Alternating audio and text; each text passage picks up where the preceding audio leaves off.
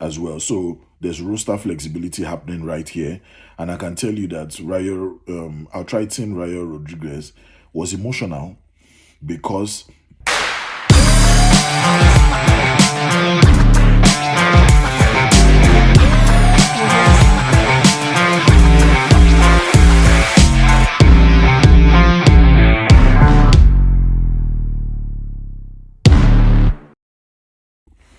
hello everyone, good morning. My name is Taiwo Najobi once again on Lanonasis Maple Sports. We all like to bring unfiltered opinions, big love for Canadian hoops and nice. And we like to break down the NBA, the CBL as well, and carve out some small space for some smart hockey talk. Today, this is 9 a.m. Mountain Standard Time, and today I like to say take a chance, try something amazing, pursue your passion, and make a difference. A lot of people have been saying it's been a while I talked about baseball. And I've said it in previous videos and previous takes that I've had that the baseball is in the off season, so there's a lot of teams that are stacking up their roster, and I just like to focus on Toronto Blue Jays because that's my team. And I've seen a lot of moves that have happened on their roster, and I decided to follow the team, get some good feedback on things that have happened on their roster, and I did some analysis in my own way to try and see what the team will really look like when the season starts off early next year. The team is really beefing up, and as at 16th of December, they've gone for some top guys pitchers. They've gotten a designated left-hand pitcher in Justin Brill for assignment as well. They've also gone for they signed a free agent called Tyler Rogers as well. That was at 15th of December. They signed the guy in, and that was a good move if you ask me.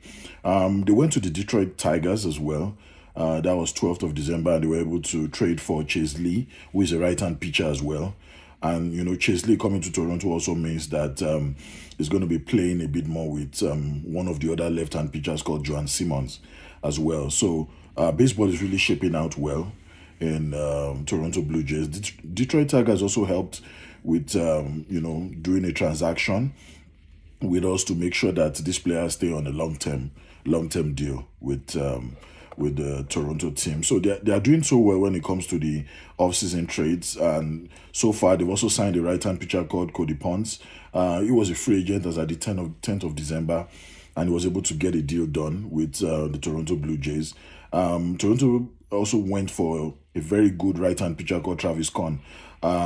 This was basically in line with the Rule 5 draft and a triple-A face as well. So it will most likely be assigned to a younger, a lower league team where he can develop without any pressure, and you won't have to put any pressure on the 40-man roster as well.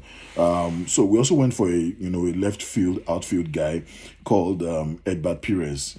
This was also in line with the Rule 5 draft and the triple-A face as well. And there's a high possibility that these guys would go to a lower league and try to develop so that there's no pressure on the 40-man squad as well. Right-hand pitcher Spencer Miles was also invited to the team as well. He's also going to be, it was on a full-time purchase, actually, from the information I got. Michael Plasmeyer, this is a minor league deal. We had to go to the minor league to get him on the 6th of December, and that's a good deal coming up. It looks like they are trying to, win now mentality and kind of mix it with, some future development and future stars in the league. And I like the way baseball is going in this direction because, a lot of players that I didn't believe could come to the Toronto Blue Jays are now beginning to come. Yariel Rodriguez has really dropped in his performance last season. We expected a bit more from him. So he will be shipped out to the Buffalo Bisons team where he would, get the opportunity to get a second chance to come back and, play at a very high level. We also signed a C player called Isaac Veras, from the minor league deal as well. And this was done on 4th of December.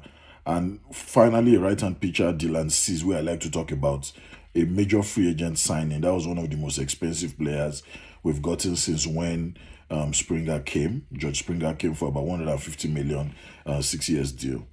And, right now, there are a lot of strategic teams. I looked at these trades that have happened so far for the Toronto Blue Jays, and I can tell you straight away that they still want to challenge and get to the same position they got to this year.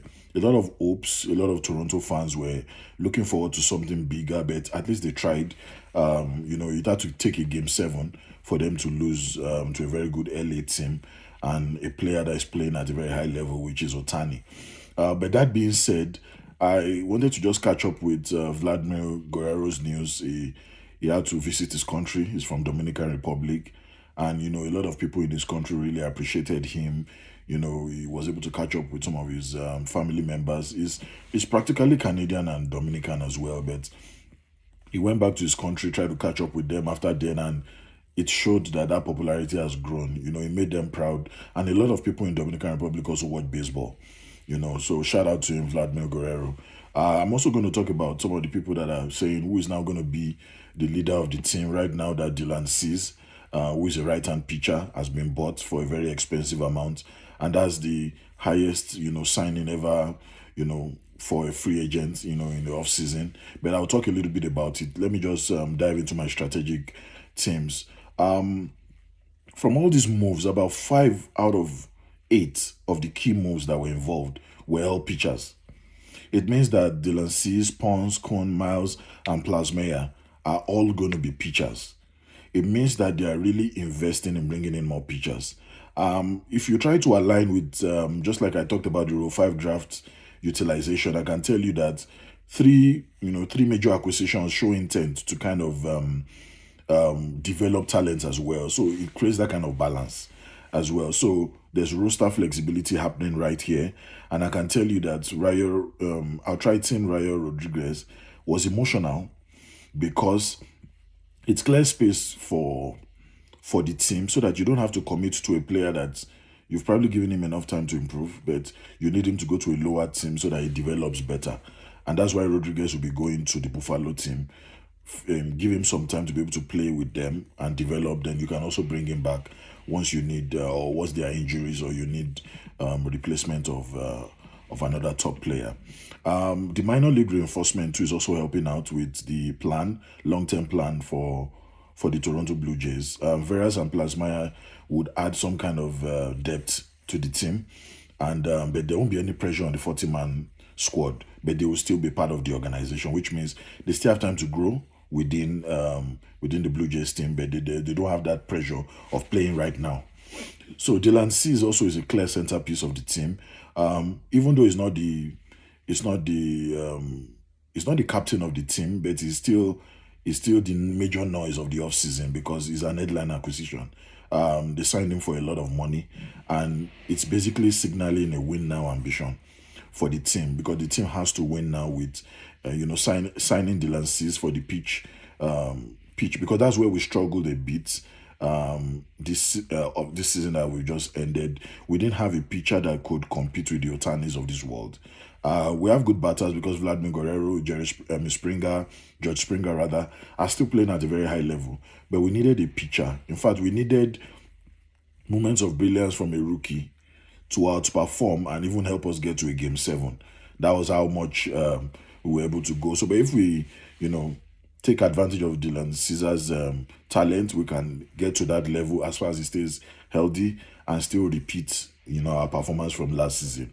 So if you look at the player profile and the impact based on my analysis, Dylan Cease a very good pickup this offseason. He's going to be a frontline starter. He automatically elevates the team because he has played with the San Diego Padres. He's also played with the Chicago team as well. He's been in the league since 2014, so he knows what's happening. He's been in the league for a while, so I don't really call him, I'll just call him a mid-level veteran. You understand? He's been in the league for a while, and he can also give us that spark, coming into Toronto. Cody Pons would also help the team because he has MLB. He also has KBO experience. He's played in other leagues, even outside the US and Canada as well. And I see him as a potential swing man. I know that he's going to really help the team. Travis Conn, a Rule 5 reliever, is going to really help the team because trying to form the 40-man squad, we still have to find a way to have players that are not on that team, but they can develop in other places. So I see Travis Conn as a bullpen piece, competition piece. Is going to help them strategize around how you can rest some of the key guys and let him come in as a reliever. Spencer Miles also is a Rule 5 pick as well. is also going to help. Likely a triple A inning for us is going to be it's going to be someone that will probably be called up much later in the season because it's going to be a long season and a lot of games. So some of those players you want to rest them enough so that they give you some, because the way baseball is run, a baseball game can take 3 hours.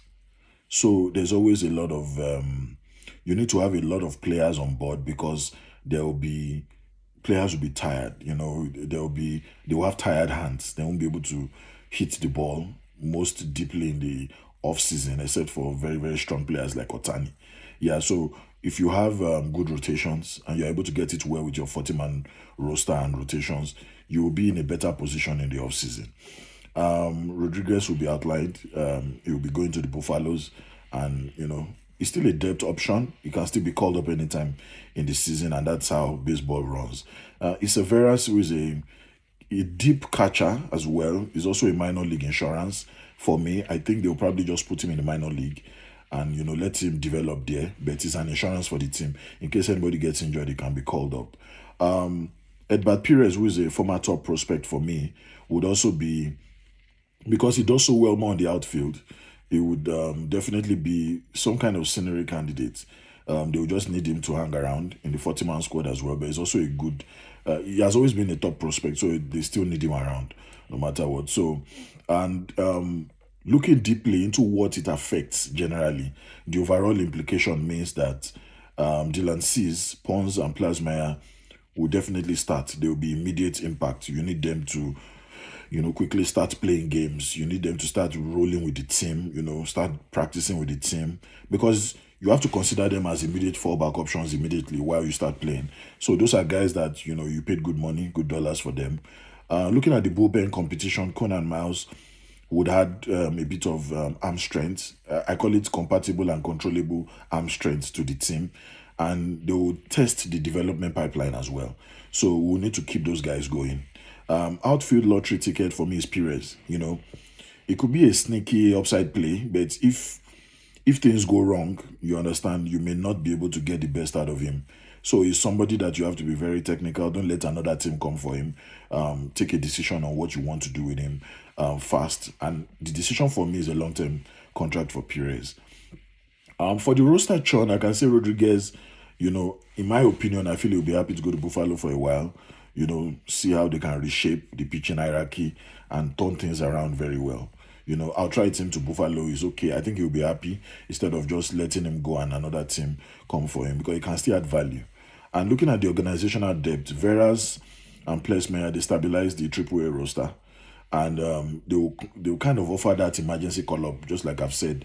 There will be guys that will just keep them on standby to help with the team. Like I said, when the season starts, it's a long season, and baseball games are some of the longest. You can have a baseball game going into 3-4 hours.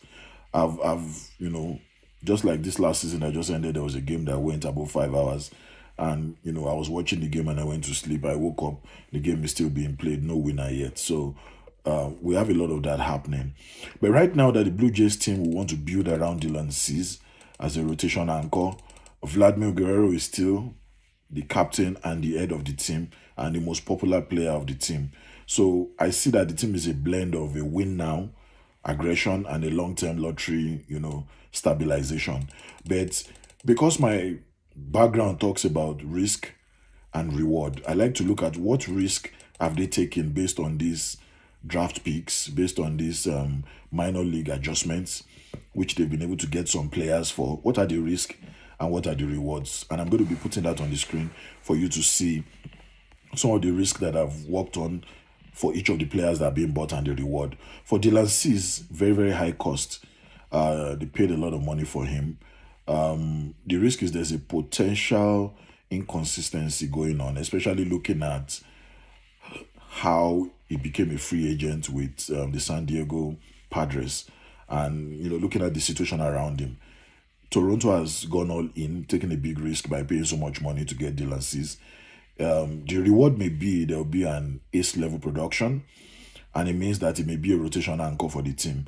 He will be able to at least match the energy of Otani on the LA side, of which I even doubt if the LA team will most likely get into the finals this next season. I completely doubt it with the kind of moves that are happening with the other teams.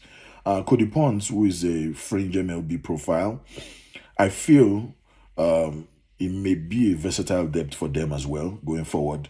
And a swingman inning would be good as well to support Vladimir Guerrero and do that at a very high level as well. Travis Conn, Rule 5 volatility, that's the risk. So it means that the reward means it can be a cheap bullpen contributor and you don't have to pay so much, you understand, to keep him. Spencer Miles is raw, but it may not stick. That's just what I think. It may not stick. There's a developmental upside because the team also plans to have some developmental upside based on the assets that they have and they are keeping in that category. Michael Placemeyer has limited ceiling across board, but he's a reliable AAA inning. You can keep him in a lower league, help him develop, no pressure, so that he doesn't come and you expose him a little bit. Let him, go to a lower league and develop. Rodriguez is declining in his performance, and that was obvious in the season that just finished now. For them to bounce back as a depth option for him, they need him to develop with a different team, and that has worked even in previous times, even in baseball. Issa Veras, who is a minor league ceiling as well, it could be an insurance catcher for you, especially in the outfield, because he's very good at that. Edbert Perez is a prospect stagnation. I think he's still a very high level breakout guy. All you can just do is put him in the right position to succeed. And once they're able to provide that, I believe that he can still succeed, in the MLB. So looking at the open day projections for me, based on my assessment, is the open day is going to be having Cis, Guzman, Barrios, Basit, Kikuchi, and a bit of Pounds and Plasma as depth. And they were actually falling into the bullpen plans and bullpen strategy as well. Romano, Swanson, Mesa, Green, Kuhn, and Miles, they will be competing for the final spot, and that's where the bullpen comes in.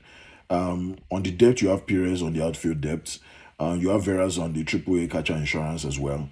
And you also have Rodriguez on the Buffalo depth. So the Jays are, just like I said, they are in a win now mode, and they are also still trying to use the opportunity to grow potential talents that are going to be in the league in the next 5 to 10 years. Now, because in baseball, they signed a lot of long-term deals. Vladimir Guerrero was signed for a 12-year deal. We have Springer, who is already a veteran, signing a 6 to 7 year deal. So most of their deals are long-term. And some of those players will start having tired hands as they grow older. So what you need to do as a team is find a way to still develop younger guys while you still prepare to win now, even though you have to spend more money. And if you look at it, the Jays are committing a lot of roster space. So they will get a real shot in spring training, the way it's going. They will see how training goes within the springtime and see whether they can still make other adjustments before it gets out of hand. There's no roster restriction, so Toronto can freely develop some players in Buffalo or lower levels, and that's why they are taking advantage of it. And that's why at this level, whatever decisions that are being taken, you need to think of the future. Those guys that are signing 5-7 year deals, it's a big risk already, but that's the way the league works, because you need to guarantee some kind of insurance to be able to get those players playing at a very high level. So Dylan Cease's arrival in Toronto is also a good one. This is one of the highest ever money paid to a free agent in the offseason, coming to Toronto Blue Jays for that matter. Vladimir Guerrero Jr. remains the offensive centerpiece, but now you need a pitcher who can complement him. So together, I think they will form a balanced foundation in baseball. And, Cease will dominate on the mound while Guerrero would drive the lineup and, help with getting a lot of the runs.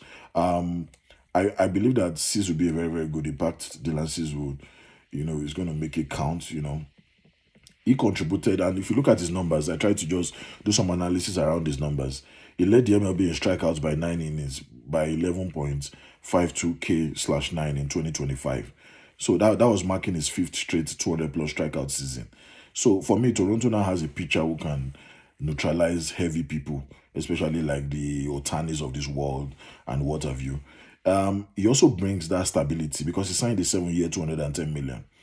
And that's a deal locked for top starters, and this deal will be till 2032, so giving Toronto continuity. And most of these players need, even Kevin Guzman and Shane Bieber, they are approaching free agency, and they're going to make the Blue Jays are going to have to make a big decision on whether they have to keep Shane Bieber and the other guy.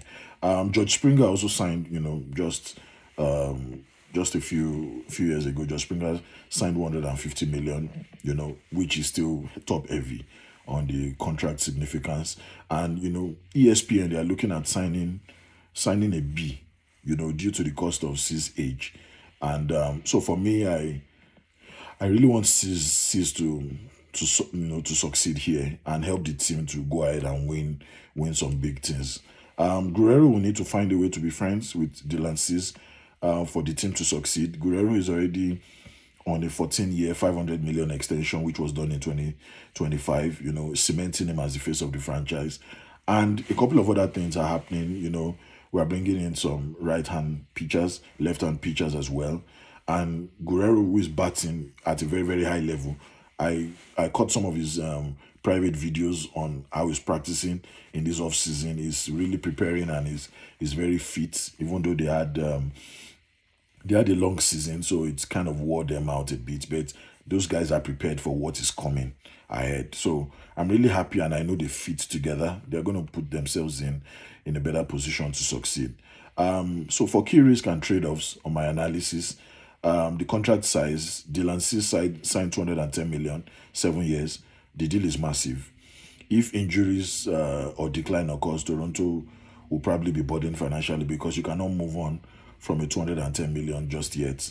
All you now have to do is now work with a little bit of your rookies or your developmental guys in lower leagues. A lot of analysts have looked at consistency. Since 2025 era 4.55, it shows a bit of volatility, but over and all, we believe that it will ensure that he puts himself in a position to succeed. That's a lot of money. 210 million, 7 years. It's not, that's 30 million per year. That's a lot of money.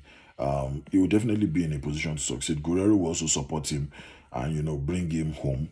And we're able to, repeat our performance just like we did in the season that just ended. So that's the end today. I just decided to bring some updates on my team, which is the Toronto Blue Jays. There's been a lot happening in the off-season, and things are happening every day. I like to just put everything together, because this is the off-season, and their season will be starting first quarter of next year. And what I'm going to do is, try to follow up and see if there are any new joinings. I'll always bring it up to you guys, in premium fashion.